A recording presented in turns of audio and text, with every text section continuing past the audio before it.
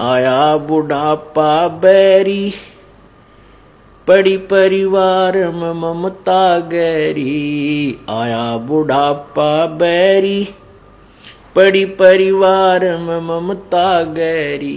पोता ब्यालो या मन में रहरी, हेली करवा जो खड़ी, रहेली करवा जो खड़ी।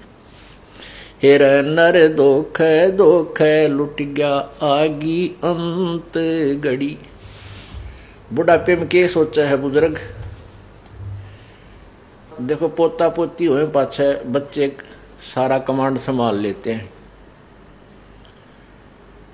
और उसके पास कुछ नहीं रहता, केवल आशाएं इच्छाएं रह जाती हैं।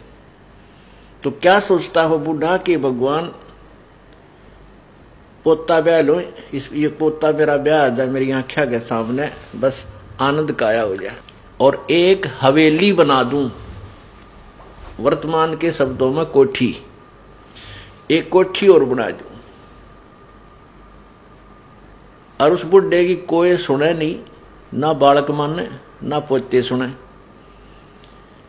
पर उसकी अपनी वह शेख चिल्ली वाली कामना खत्म नहीं होती।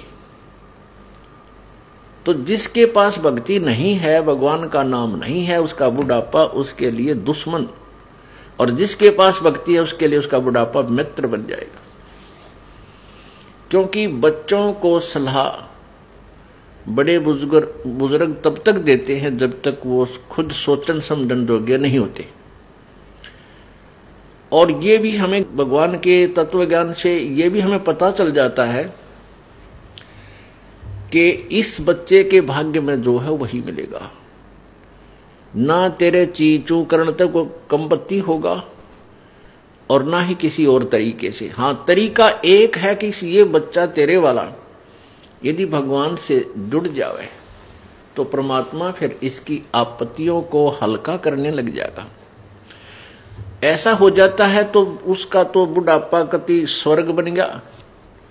ऐसा नहीं भी होता है, बच्चे नहीं भी मानते हैं, तो इस ज्ञान को आधार बना ले, अपनी भक्ति में बाधा नहीं आने दे। बच्चे युवा हो जाते हैं और बाल बच्चेदार हो जाते हैं तो वो बालक नहीं रहते, वो बहुत सोच समझ के कदम उठाते हैं। लेकिन बुजुर्ग ने सोचा है बूढ़ा कि यू नाश करेगा, बस यू यहां काम बिगाड़ेगा, मेरी मानता नहीं। अपने समय में जैसे बचपन था हमारे, जब उस समय कुछ और माहौल था, और तरह की व्यवसाय था। अब इस उम्र में हम 59-60 साल के हो गए, 58 वर्ष के, अब कितना परिवर्तन हो गया। अब हम बच्चों को उस अपने पुराने हिसाब से सेट करा तो कैसे होंगे?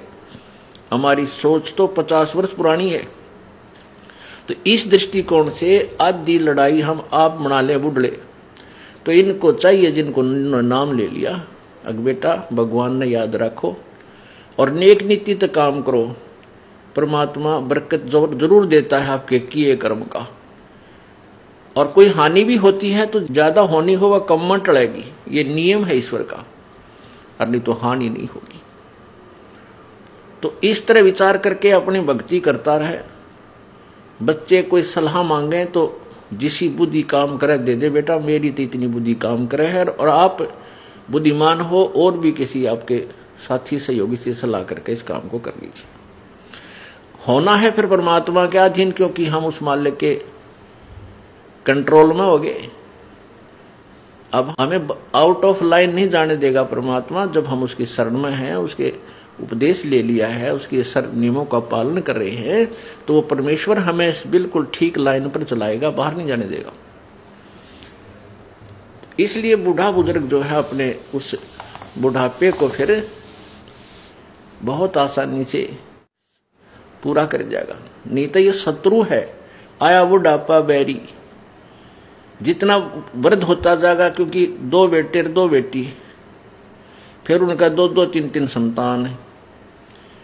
अब पोते के गड़बड़ होगी तो बूढ़ा दुखी, पोती का होगी तो बूढ़ा दुखी, बेटी का होगी तो बूढ़ा बुजुर्ग बुढ़िया दुखी हैं। तो कितनी कहां तक की आपत्तियां आने के लिए रास्ते खुल गए।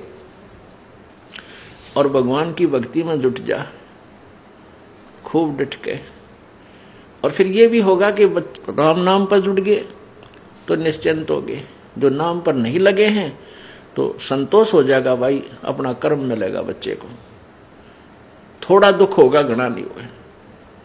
तो इस प्रकार हम अपने इस जीवन को सफल करेंगे।